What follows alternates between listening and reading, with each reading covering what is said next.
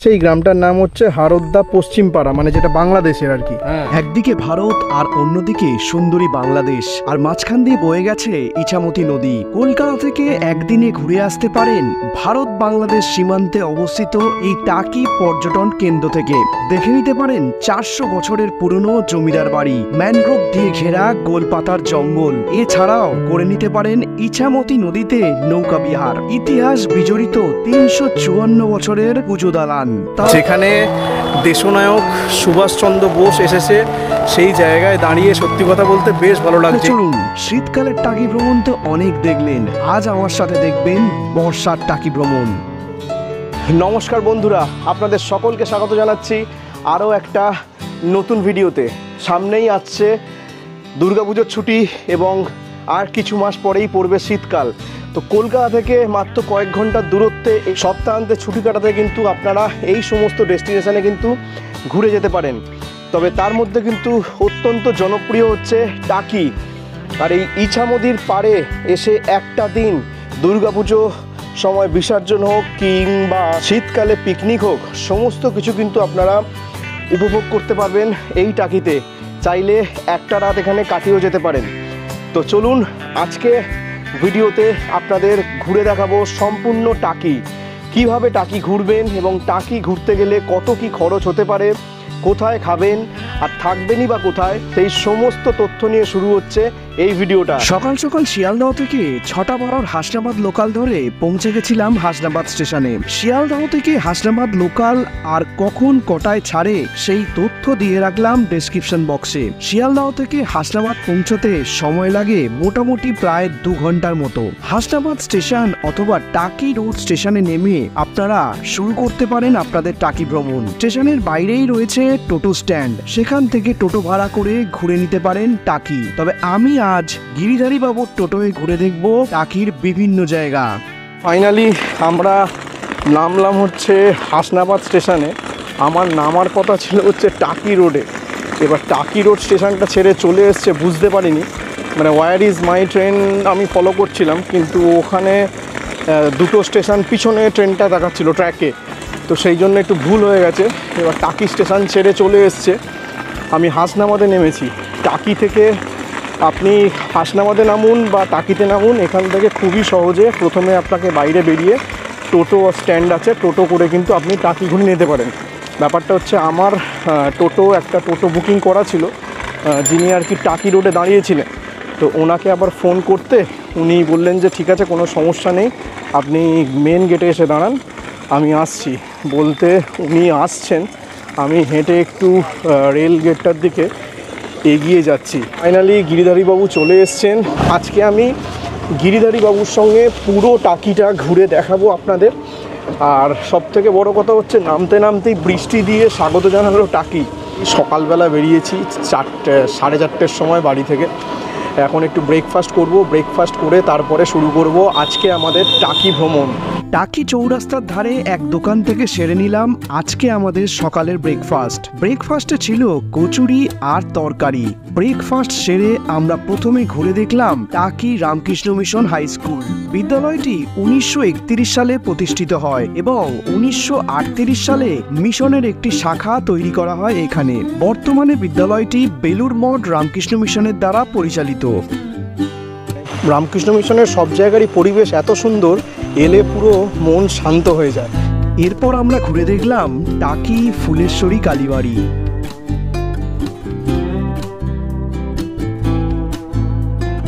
আমরা এসে পৌঁছালাম আজকে আমাদের দ্বিতীয় গন্তব্য কুলেশ্বরী কালী মন্দির।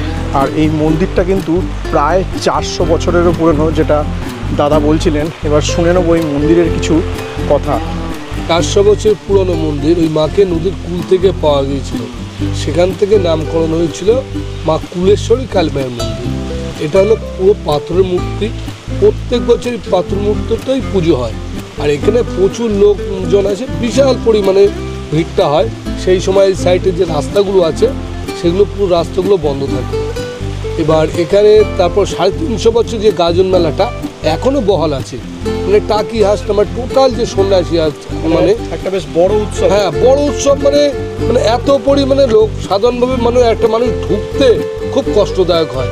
মানে এত ভিড় থাকে বিশাল পরিমাণে।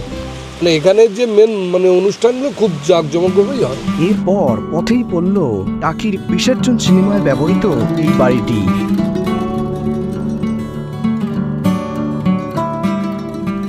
টাকি ফুলেশ্বরী কালীবাড়ি দেখে আমরা চলে গেলাম সোজা টাকি রাজবাড়ি দেখতে, যা পূবের রাজবাড়ি নামে এটা হলো পরিচিত। আমাদের যে পূবের বাড়ি রাজবাড়ি যেটা বলে টাকিতে, এই বাড়িটাই হলো মেন সেই রাজবাড়ির মেন বাড়ি। এই বাড়ির পুজোটার উপরেই টাকির যে পুজোটা এর উপর দিয়েই সব চলে। এই ঠাকুর প্রথম বিসর্জনের ঘাটে নিয়ে যাওয়া হয়, এই ঠাকুর প্রথম বিসর্জন হয়, তারপরে অন্য ঠাকুর বিসর্জন হয়।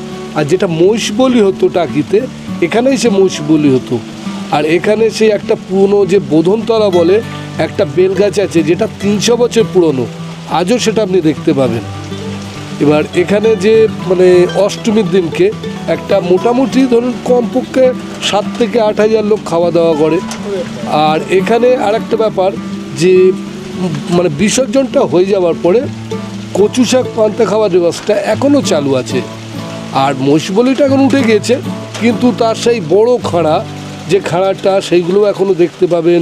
তারপরে একটা বড় খাট আছে, যেটা সেই সময়কার দিনে 8 ফুট লম্বা খাট ওরা ব্যবহার করতো, সেগুলোও দেখতে পাবেন। তারপরে এইরকম মোটামুটি ওরা যেখানে বিচার সভা বা বলি হতো, রাজারানী ঘাট যেটা আছে, সবগুলোই আপনি দেখতে পাবেন। যে দুর্গা মণ্ডপ একটা ছোট ঠাকুর আছে, প্রত্যেকের সন্ধ্যা আরতি হয়, আর এক কাটামেই ঠাকুর হয়, ওটা বিসর্জন হয়ে যায়। এইভাবে আসলে আপনি টাকিতে আসলে টোটালটাই ঘুরে ভালোভাবে দেখতে পাবেন।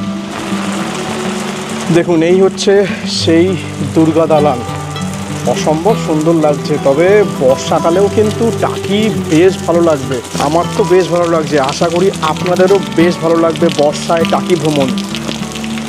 দেখুন, সামনেই দুর্গা পুজো, তো সেহেতু মায়ের কাঠামোতে মাটি লেগে গেছে। এবং দেখুন, এই হচ্ছে সেই জায়গা যেখানে দাদা বললেন যে মহিষ বলি হতো, এই জায়গাতেই হচ্ছে মহিষ বলি হতো।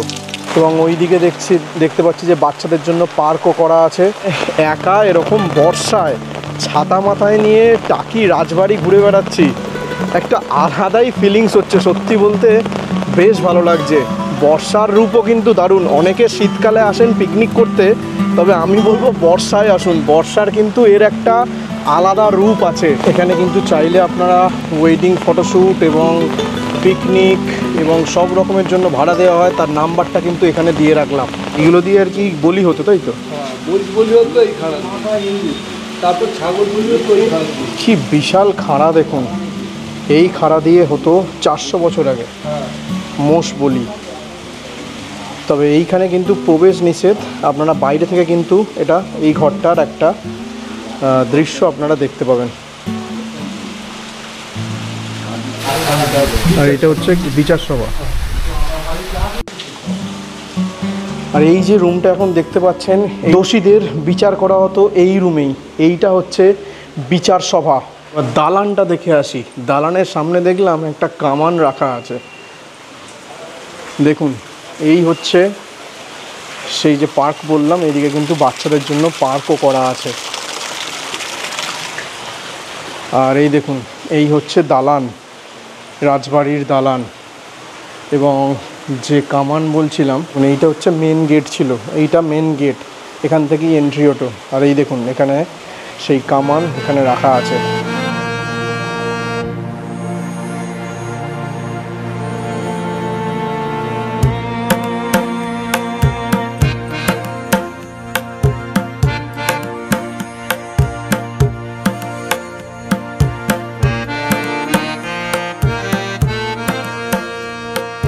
টিকিট আপনাদের কাটতে হবে জনপ্রতি 10 টাকা করে। 10 টাকা করে টিকিট কাটলে আপনারা কিন্তু পুরো রাজবাড়িটা ঘুরে দেখতে পারবেন।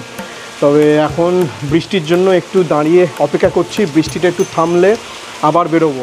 তবে সত্যি কথা বলতে অনেকের মুখেই শুনেছি বা শীতকালের টাকি ভ্রমণ, বাট আমি বলবো বর্ষাকালেরও, শীতকালেরও যেরকম একটা আলাদা রূপ আছে, বর্ষাকালের টাকি ভ্রমণেরও কিন্তু আলাদা রূপ আছে, যেটা আমি তুলে ধরছি আপনাদের সঙ্গে এই চ্যানেলে। হাসনাবাদে নামার পর থেকেই যে বৃষ্টি স্বাগত জানিয়েছে, এখনও বৃষ্টি থামার নাম নেই।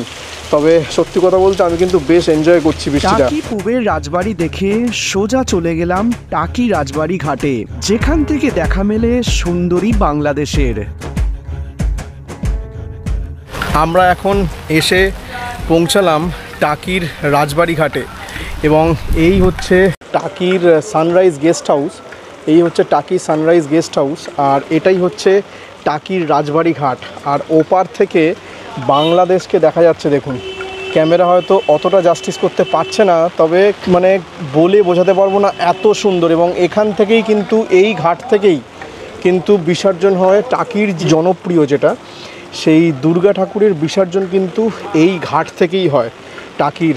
জাস্ট দেখুন, আমি দেখাচ্ছি, মানে অসাধারণ মায়াবী একটা ওয়েদার আর দারুণ লাগছে। মানে এত সুন্দর প্রকৃতি সত্যি কথা বলতে মানে দেখিনি আমি আগে।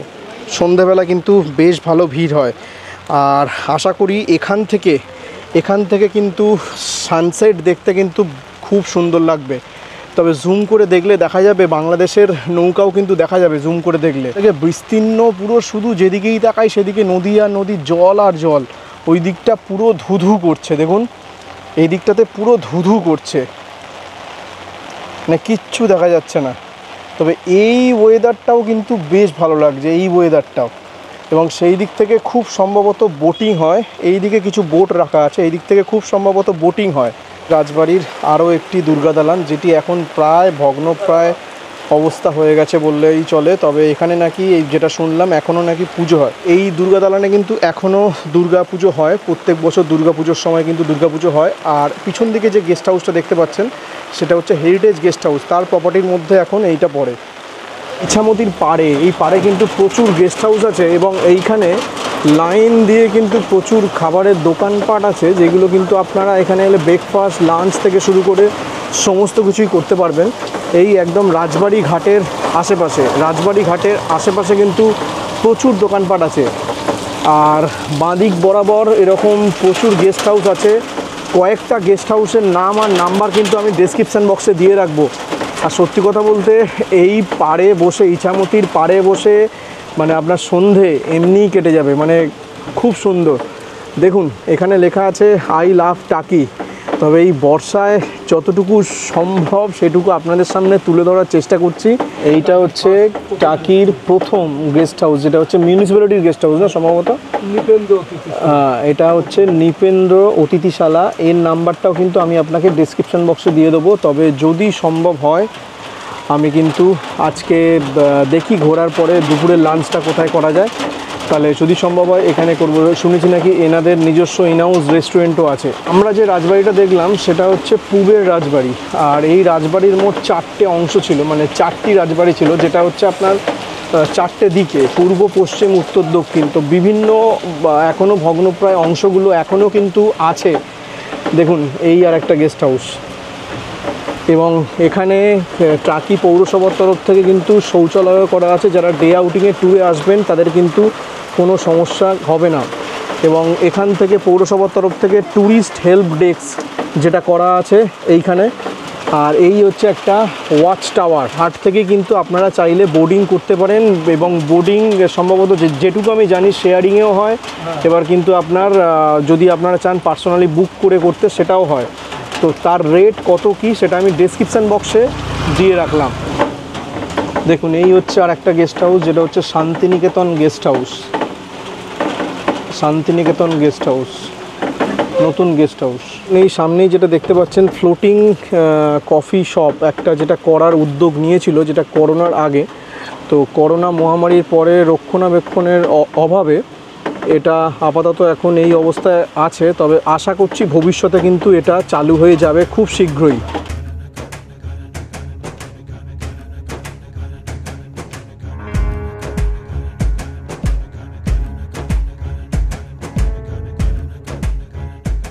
এখন কিন্তু জোয়ারের জল কিন্তু বিশাল, মানে দেখুন জল কোথায় চলে এসছে ওইদিকে, মানে তবে সত্যি কথা বলতে যে এত সুন্দর লাগছে, জাস্ট আমি বলে বোঝাতে পারবো না কতটা সুন্দর লাগছে। আপনারা দেখলে হয়তো বুঝতে পারবেন। দেখুন মানে দারুণ, মানে এক কথায় সত্যি কথা বলতে অসাধারণ লাগছে। এই প্রকৃতির মানে এখন মনে হচ্ছে যেন আর কোথাও যেন না গিয়ে এইখানেই ঘন্টার পর ঘন্টা টাইমটা কাটিয়ে দিই, এত সুন্দর লাগছে। যে জালটা তো চলে যাবে, ওই জন্যই ওই গ্রাফিন দিয়ে ওগুলো সিগন্যাল করা আছে, ওতেই জালগুলো পেতে দেয়, দিয়ে মাছটা ধরে। আপনাদের হয়তো মনে থাকবে তাপস পালের একটা সিনেমা যেটা হচ্ছে 8টা 8-এর বনগা লোকাল, সেই সিনেমার শুটিংটা কিন্তু এই বাড়িটাতেই হয়েছিল। এবং এই বাড়িটার উল্টো দিকেই আছে হচ্ছে আপনার জেনারেল শঙ্কর রায়চৌধুরীর বাড়ি। এই হচ্ছে জেনারেল শঙ্কর রায়চৌধুরীর বাড়ি, এবং ওই পিছন দিকে যেটা দেখতে পাচ্ছেন সেটা হচ্ছে দুর্গা দালান, ওনাদের দুর্গা দালান। পুজোটা একবারে এক একজনের, এদের যে পালা পড়ে, মানে যেমন আজ এদের যে ভাই ভাই যেমন থাকে, আর শঙ্কর রায়চৌধুরীর যে আলাদা শরিক আছে, এক একজনের পুজো এক একবারে পড়ে, কিন্তু পুজোটায় সবাই ঘুরতে আসে। আচ্ছা। আর এদের নিজস্ব ঘাট আছে, এই ঘাট দিয়েই এরা বিসর্জনটা হয় এদের। আর এরা অ্যাকচুয়ালি জমিদার, যে জমিদার টাকিতে ছিল, এদের তাদের সঙ্গেই এনাদেরই মানে যোগ ছিল, যোগসূত্র। সিনেমাটা নয়, তবে কয়েকটা সিন শুটিং হয়েছিল এই বাড়িতে।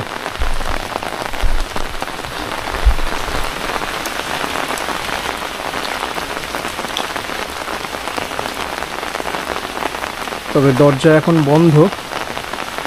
এই হচ্ছে সেই বাড়ি যেখানে গয়নার বাক্স সিনেমার শুটিং হয়েছিল। বেশিরভাগই যে ট্যুরিস্ট স্পটগুলো আছে সেইগুলোতে কোনো না কোনো সিনেমার কিন্তু শুটিং হয়েছে, যেটা আর কি দেখা যাচ্ছে। তবে বৃষ্টিটা মাঝখানে কিছুক্ষণের জন্য থেমেছিল, এখন কিন্তু আবার শুরু হয়েছে। এইটা পড়বে হচ্ছে আপনার ওই গোলপাতা যাওয়ার যে রাস্তাটা, সেই গোলপাতা যাওয়ার রাস্তাতে এই 3-4টে জায়গা পড়ে যাবে। হচ্ছে স্কুল কাম লাইব্রেরি বলতে গেলে এটা হচ্ছে ওই শঙ্কর রায়চৌধুরী ওনাদেরই দান করা জায়গায় এখন এই স্কুলটা হয়েছে, আর উপরে আছে লাইব্রেরি। এখন যে জায়গাটায় এসেছি এটা হচ্ছে ব্রিটিশ আমলের পুরানো নলকূপ। তবে এই জায়গাটার এখন সংস্কার চলছে। এই জায়গাতে হচ্ছে ঘোরাবার ব্যবস্থা ছিল, যেখান থেকে ঘোরালে আর কি জল উঠত। গোলবাড়ি যাবার পথেই পড়ল পুরনো ব্রিটিশ আমলের নলকূপ। সে সময় অবিভক্ত বাংলা, সালটা তখন 1931। তৎকালীন ইংরেজ সরকারের শাসনাধীন জমিদার আমলে এই নলকূপ নির্মিত করা হয়। অবিভক্ত বাংলার সাতক্ষীরা সহ বিভিন্ন এলাকার মানুষ এই জল পান করতেন। তবে এই নলকূপ এখন অকেজো হলেও দুই বাংলার হয়ে ইতিহাসের সাক্ষী আজও বহন করে চলেছে। আপনাদের যে বলছিলাম বিশ্রাম বাগান বাড়ি, সেইটা হচ্ছে এই যে নলকূপটা আছে ঠিক এর পাশেই। এই হচ্ছে বিশ্রাম বাগান বাড়ি। তো এর কন্ট্যাক্টটা এখানটা দেওয়া আছে, আপনারা যদি চান এখানেও থাকতে পারেন। যদি একটু নিরিবিলি পছন্দ করেন তাহলে কিন্তু এই জায়গাটা বেশ ভালো লাগবে। দেখুন এইখানে কন্ট্যাক্ট নাম্বার দেওয়া আছে এবং কীভাবে বুকিং করবেন সমস্ত কিছু দেওয়া আছে। ভেতরে কিন্তু এখন অনেক গেস্টও আছে, যেহেতু এখন পরপর ছুটি আছে। কালকে আবার হচ্ছে আপনার রাখি পূর্ণিমারও ছুটি আছে, আজকে রবিবার, তো সেহেতু গেস্ট অনেক আছে। তো এটার প্রথমে আমার থাকার খুব ইচ্ছা ছিল, কিন্তু এর বুকিং আমি পাইনি। বিসর্জন সিনেমাটার নাম নিশ্চয়ই অনেকেই শুনেছেন। সেই বিসর্জন সিনেমার বাড়িও কিন্তু সেই যে শুটিং জয়া হাসানের যে বাড়ির যেটা দৃশ্য ছিল শুটিংটা, সেটা হচ্ছে এই বাড়িটা হচ্ছে বিসর্জন সিনেমার শুটিং হয়েছিল। এবং এর ঠিক পাশেই হচ্ছে আপনার ওই বিশ্রাম বাগান বাড়ি। এটা এখন তালা দেওয়া আছে বলে ভেতরে যেতে পারলাম না, তবে বাইরে থেকেই আপনাদের দেখালাম। এবং এখানে কিন্তু মধু চাষও হয়, মানে যদি আপনারা শীতকালে আসেন তাহলে কিন্তু মধুও আপনারা পেতে পারেন। এই দেখুন এইখানে মধু চাষ হচ্ছে। গোলপাতার দিকে যাওয়ার সময় রাস্তার দুধারে এরকম সবুজ মানে মাঠ, সবে বর্ষার ধান রোয়াও চলছে এবং ধান রুইছেন। বেশ মানে সত্যি বর্ষাকালে এরকম দৃশ্য মানে দেখিনি আগে, মানে সত্যি চোখ জুড়িয়ে যাচ্ছে। এর আগেই পাটটা কাটা হয়ে গেল, পাট চাষ যেটা হয় সেই পাট চাষটাই উঠে গিয়েছে। পাট দেখুন এই ধানের আগে কিন্তু পাট চাষ হয়েছে, যে পাটটা এখন উঠে গেছে। এবার এখন চলছে হচ্ছে ধান রোয়া, বর্ষার ধান রোয়া।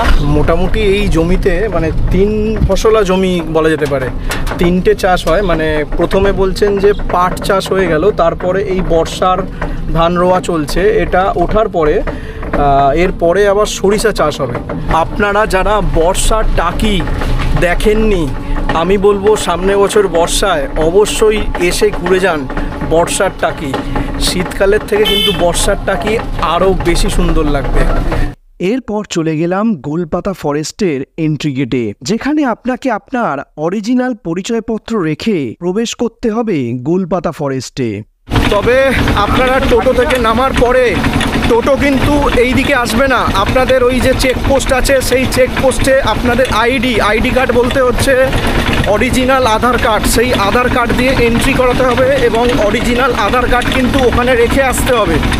রেখে আসার পরে আপনারা এপারে ভ্যান পেয়ে যাবেন। যদি অনেকজন থাকেন তাহলে 10 টাকা করে ভাড়া এক টিপের, মানে যাওয়া আসা মিলিয়ে 20 টাকা। আর যদি একা যেতে চান তাহলে কিন্তু আপনার 60 থেকে 70 টাকা, না 60 টাকা, আচ্ছা 60 টাকাই পড়বে। 60 টাকা হচ্ছে রেট যদি আপনি একা যেতে চান। যেমন আমি একা যাচ্ছি, যাব ঘুরবো আবার এই ভ্যানেতেই আসবো, 60 টাকা রেট। তো এখন যাচ্ছি গোলপাতার দিকে। মিনি সুন্দরবন অর্থাৎ গোলপাতার জঙ্গল, আমরা এটা বাংলা ভাষায় বলি গোলপাতার জঙ্গল। আচ্ছা, আর শহরের লোক বলে মিনি সুন্দরবন। আচ্ছা, এই সুন্দরবনের বিভিন্ন রকম গাছগাছালি আছে, হুম, ঠিক আছে। যেমন বান গাছ, আমরা বাংলায় বলি বান গাছ, ইংলিশে বলে ম্যানগ্রোভ। এর কিন্তু শ্বাসমূলটা উপরে হয়। আচ্ছা, এটা হচ্ছে গেঁও গাছ, এটা হচ্ছে ম্যানগ্রোভ, হুম, ঠিক আছে। এটা হচ্ছে ম্যানগ্রোভ, এটা হচ্ছে গেঁও। এর আঠা লাগলে মারাত্মক পয়জন কিন্তু এটা। আর এটা কিন্তু একটাই থেকে ঠিক হয়, সেটাও কিন্তু আর একটা পদ্ধতি আছে। আচ্ছা, আর এইসবগুলো তো লোকের জায়গা, মোটামুটি দলিল সম্পত্তি। তবে স্থানীয় মানুষরা, এখানকার যারা স্থানীয় মানুষ, তারা এইটাকে বলে হচ্ছে গোলপাতার জঙ্গল। আর সিন আছে তো, এটা হচ্ছে গোলপাতা জঙ্গল আমরা বলি। দেখুন এই হচ্ছে গোলপাতা, তাই তো? হ্যাঁ, এর আকর্ষণীয় জিনিস, এর এক একটা পাতাতে 3টে করে কাঠি, 3 রকম কাজে ব্যবহৃত হয়। এই একটা আলাদা কাজে ব্যবহৃত হয়, এই একটা আলাদা কাজে ব্যবহৃত হয়, আর এই মাঝখানেরটা আলাদা কাজে ব্যবহৃত হয়। এর 3টি করে কিন্তু কাঠি। আচ্ছা, দেখতে পেরেছেন, এই আমি একটা পাতা চিড়েছি, কিন্তু এই একটা, ওই আর দুটো আছে। আচ্ছা, এটাই এই হচ্ছে গোলপাতা, ফুটবলের মতো। এই হচ্ছে গোলপাতা। এর ফলটা যেহেতু গোল আকৃতির হয় সেই জন্য এই গাছটার নাম হচ্ছে গোলপাতা, কিন্তু এর পাতাগুলো কিন্তু লম্বা। তো যেটা বলছিলাম যে স্থানীয় মানুষরা কিন্তু এইটার যেটার নাম সেটা হচ্ছে গোলপাতা বলেই চেনে। তবে আমরা যারা পর্যটক হিসেবে যারা আস্তে আস্তে এইটার নাম বর্তমানে এখন মিনি সুন্দরবন বলেও অনেকে বলে আর আর কি। এই মিনি সুন্দরবনের আকর্ষণীয় গাছ হচ্ছে এটা, যার নাম হচ্ছে সুন্দরী গাছ। সুন্দরী গাছ, এই দেখুন এই হচ্ছে সুন্দরী গাছ, এই গাছটা হচ্ছে সুন্দরী এই গাছ। পাতাটা সোজা উল্টো দুটোই একই সমান, একই সমান। কোনটা কি গাছ সেই গাছের কিন্তু নাম দেখুন এখানে দেওয়া আছে, এই দেখুন দেখি যান, আরও বেশ ভালো লাগে। এই দেখুন এইটা হচ্ছে যেমন গেওয়া গাছ, গেওয়া গাছ। বললাম যে গোলপাতার এই যে দেখুন এই দূরে হয়ে আছে, এর ফলটা কিন্তু গোলাকৃতির, সেই কারণে এই গাছটার নাম হচ্ছে গোলপাতা। এই দেখুন এখানটা হয়ে আছে। এই গাছটা হচ্ছে কেয়া পাতার গাছ। দারুণ, বেশ জায়গাটার মধ্যে একটা বেশ থ্রিল ব্যাপার আছে সত্যি। বর্ষার মধ্যে এসছেন দাদা, কতটা আনন্দ বুঝতে পারছেন না? দুজন আপনার মতোই যদি আরেকজন সঙ্গী হতো, হ্যাঁ বেশি ভালো লাগতো এই জঙ্গলটা। আমার তো খুবই ভালো লাগে। হ্যাঁ, এর নির্জনের মধ্যে এসছি, এমন একটা সময় আসে এখানে পুরো লোকের জাম। হ্যাঁ, তবে যাওয়া ওই আসা যায় এও না। বলছিল, যেটা আমাদের টোটো দাদা, উনিও বলছিলেন যে শীতকালে কিন্তু এখানে মারাত্মক পরিমাণে ভিড় হয়। দেখুন এখান থেকে দুটো রাস্তা চলে গেছে, এই দিকটা চলে গেছে টাওয়ার সাইড, আর এই দিকটা চলে গেছে হচ্ছে রিভার সাইড। এবং এখানে কিন্তু ওয়াশরুমেরও ব্যবস্থা আছে, ওয়াশরুমেরও কিন্তু ব্যবস্থা এখানে আছে। তবে আগে আমরা যাব রিভার সাইডের দিকটা। দুদিকে ঘন জঙ্গলের মধ্যে দিয়ে এই ক্যানোপি ওয়াকটা আপনার মন ছুঁয়ে যাবেই, এবং কিছুটা হেঁটে গেলেই আমরা দেখতে পাবো ইছামতির এপারে দাঁড়িয়ে ওপারের সুন্দরী বাংলাদেশ। পারের যে ল্যান্ডটা দেখা যাচ্ছে সেটা কিন্তু বাংলাদেশের সাতক্ষীরা ডিস্ট্রিক্টের। দাদা বলছে যে এই যে গ্রামটা দেখা যাচ্ছে এই গ্রামটার নাম হচ্ছে হারোদ্দা পশ্চিমপাড়া, মানে যেটা বাংলাদেশের আর কি। হ্যাঁ, একদম ফিক্স ওটাই ওই জায়গায়, ওই মানে সত্যি এত সামনে থেকে বাংলাদেশকে এর আগে কোনোদিন দেখিনি, তবে বাংলাদেশে যাওয়ার ইচ্ছা আছে। সত্যি কথা বলতে এখান থেকে এখন এই সুন্দরী ইছামতিকে খুব সুন্দর লাগছে, জাস্ট দেখুন একবার। তবে 10 সেকেন্ডের জন্য ইয়ারফোনটা কানে দিন, আর এই যে সাউন্ডটা একবার শুনুন। শান্তি লাগবে।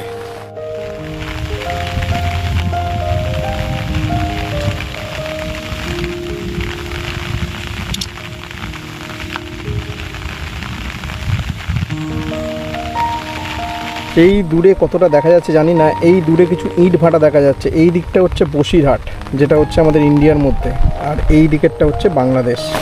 এবং এখানে কিন্তু একটা ক্যান্টিনও আছে, গোলপাতা ক্যান্টিন। দেখুন, চা হবে দাদা? চা হবে?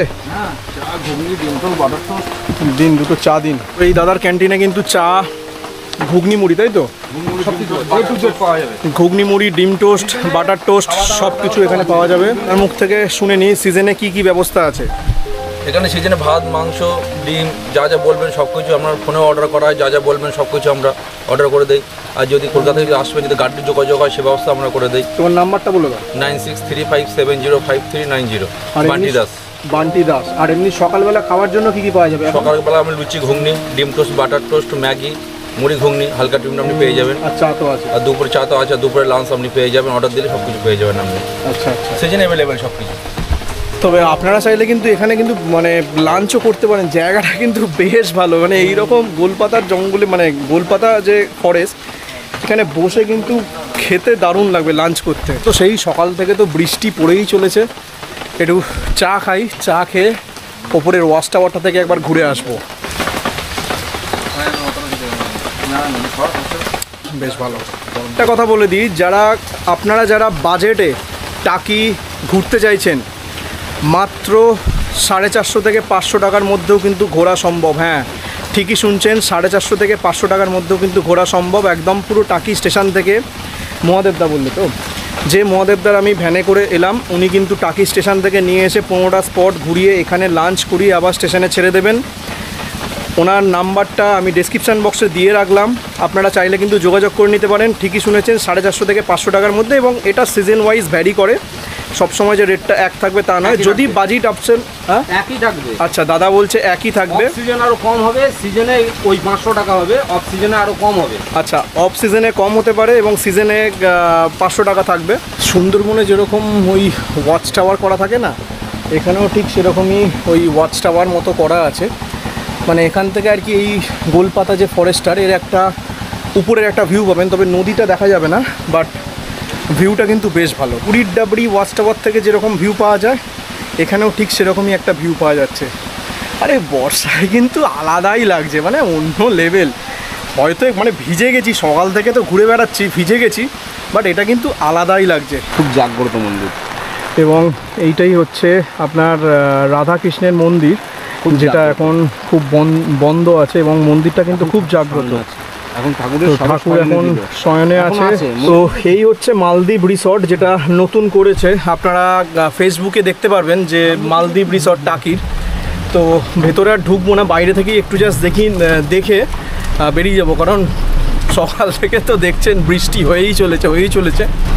এটা ওই রিসর্ট কাম পার্ক মতো আছে, আপনারা চাইলে এখানেও থাকতে পারেন। এর নাম্বারটা আমি দিয়ে দেবো ডেসক্রিপশান বক্সে। সুন্দর একটা সাজানো গোছানো, হ্যাঁ, একটা সাজানো গোছানো পার্ক মতো করা আছে। একটা ওই লেক, হ্যাঁ, একটা লেক টাইপের মতো করে তার চারপাশ দিয়ে আর কি ওই স্টেগুলো, কটেজগুলো। সেই কারণে আর কি মালদ্বীপ রিসর্ট, টাকি মালদ্বীপ রিসর্ট। এই হচ্ছে ওনাদের যোগাযোগ নাম্বার, এই যোগাযোগ নাম্বার। আজকে আর ঢুকছি না, তবে আপনারা এলে কিন্তু অবশ্যই এই পার্কটা ঘুরে দেখবেন। বেশ ভালো লাগছে, মানে দূর থেকে দেখছি কিন্তু বেশ ভালো লাগছে, বাচ্চাদের কিন্তু বেশ ভালো লাগবে।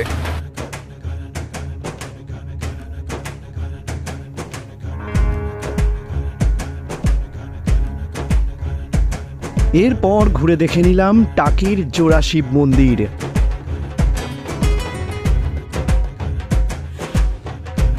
এই হচ্ছে টাকির সেই বিখ্যাত, মানে প্রায় 300 বছরের পুরনো কিন্তু জোড়া শিব মন্দির। তবে এবং সামনেই কিন্তু বাঁধানো ঘাটও আছে, মানে এখানে দেখেছি অনেক পুকুর আছে, মানে প্রায় প্রত্যেকটা পুকুর কিন্তু বেশ পরিষ্কার পরিচ্ছন্ন আর বেশ বড় বড়। একটু সময় নিয়ে এলে, একটা দিন যদি আসেন সময় নিয়ে, কিন্তু বেশ ভালো লাগবে। আর একটা কথা বলতেই হয়, অনেককে দেখেছি যে টাকি ঘোড়ায় বা ঘুরিয়ে আপনাকে ছেড়ে দেবে, তবে একটা কথা আমি আজকে বলতে বাধ্য হচ্ছি, এই মানুষটা, এনার নাম হচ্ছে গিরিধারী দাস, এনার সঙ্গে আজকে আমি পুরো টাকিটা ঘুরলাম। বেশ ভালো মানুষ, মানে আপনারা যদি টাকিতে আসেন, মানে উনি প্রত্যেকটা জায়গার ডিটেলস এবং ইতিহাস যেভাবে বলছেন, মানে সত্যি কথা বলতে একজন পর্যটক হিসাবে এইগুলোই আর কি চাওয়া, মানে নতুন জায়গায় এসে নতুন জায়গা সম্বন্ধে জানা। তো উনি কিন্তু এইগুলো কিন্তু খুব ভালো করে এক্সপ্লেন করে দিয়েছেন, এর জন্য কিন্তু ট্যুরটা আরও বেশি সহজ হয়ে গেল। ধন্যবাদ দাদা। আপনার নাম্বারটা একটু বলে দিন।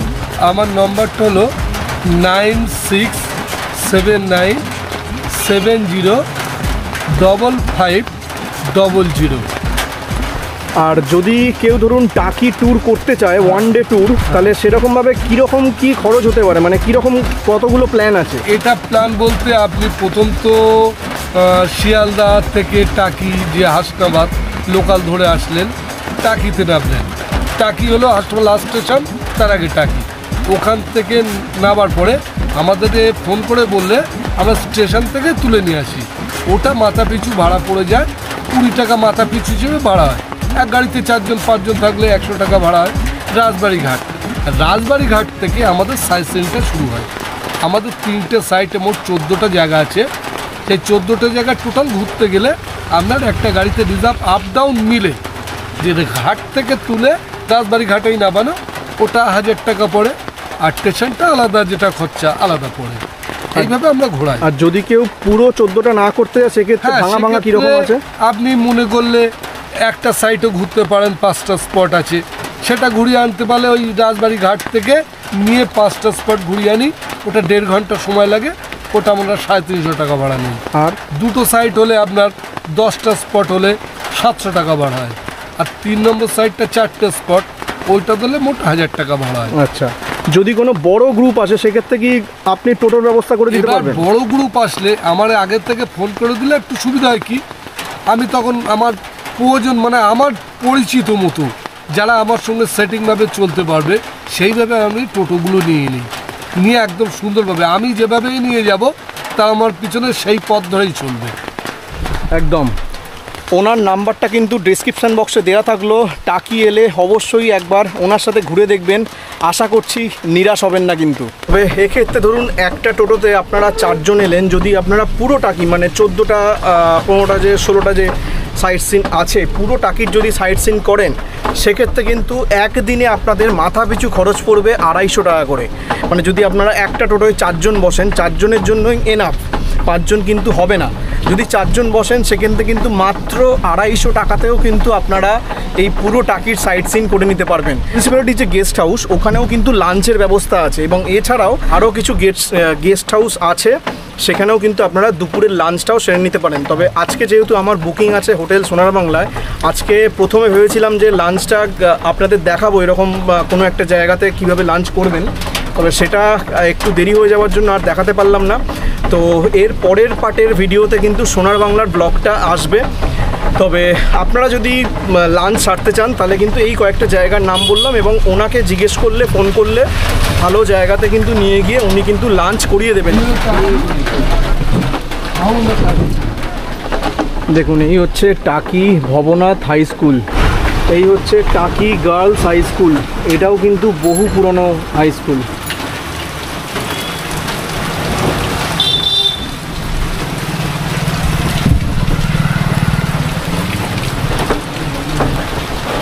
টাকি কলেজ, গভর্নমেন্ট কলেজ।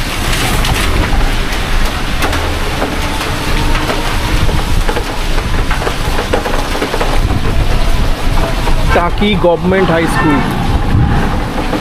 একদম সব পাশাপাশি।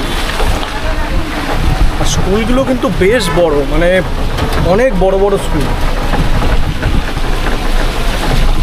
এরপর আমরা এসে পৌঁছালাম টাকির ঘোষবাবুর বাড়ি, প্রায় 350 বছরের পুজোর দালান দেখতে। হচ্ছে সেই সুড়ঙ্গ, যে সুড়ঙ্গ দিয়ে কিন্তু একসময় বাংলাদেশ যাওয়া যেত। ভাবতে পারছেন, এই সুড়ঙ্গ দিয়ে কিন্তু চলে যাওয়া যেত ইন্ডিয়া থেকে বাংলাদেশে। এই হচ্ছে সেই সুড়ঙ্গের গেট, তবে এখন যদিও বন্ধ করে দেওয়া হয়েছে।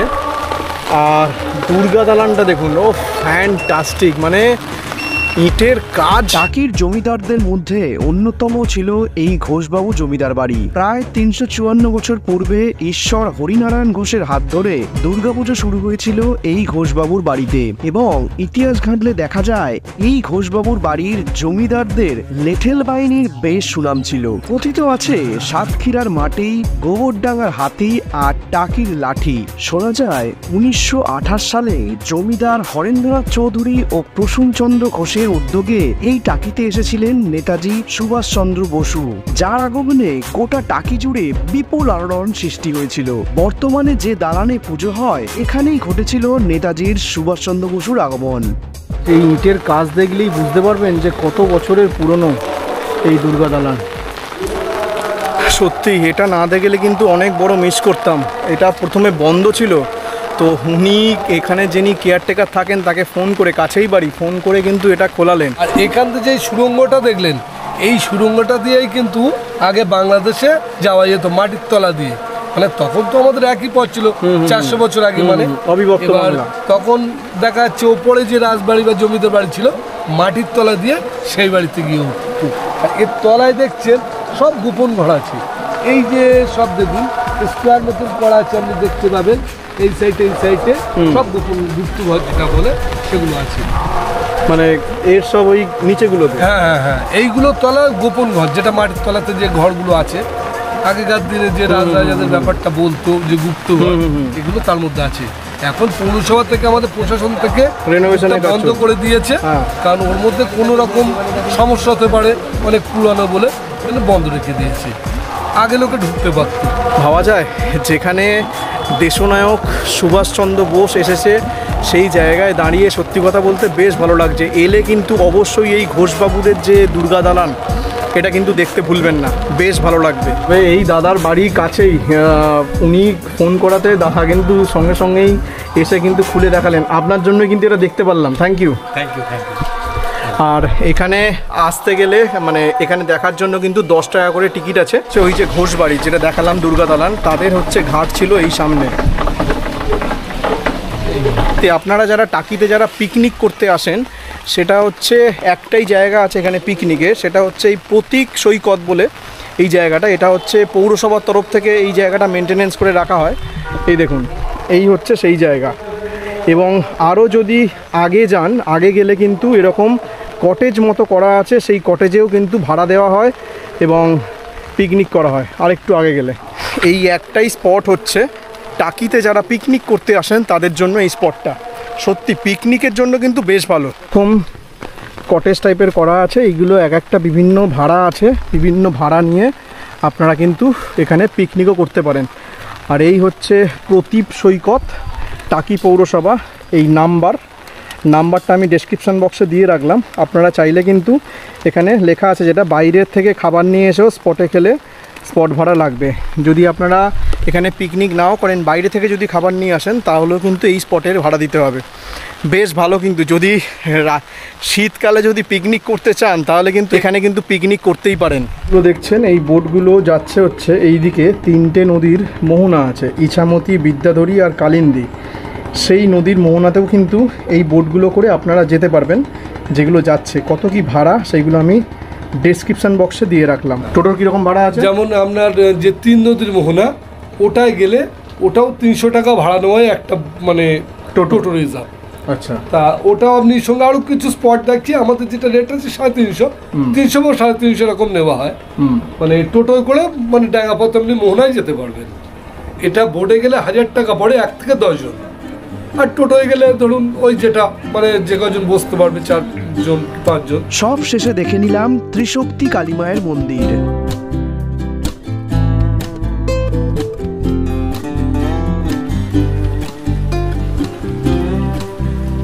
তো এই ছিল আজকের টাকি ভ্রমণ।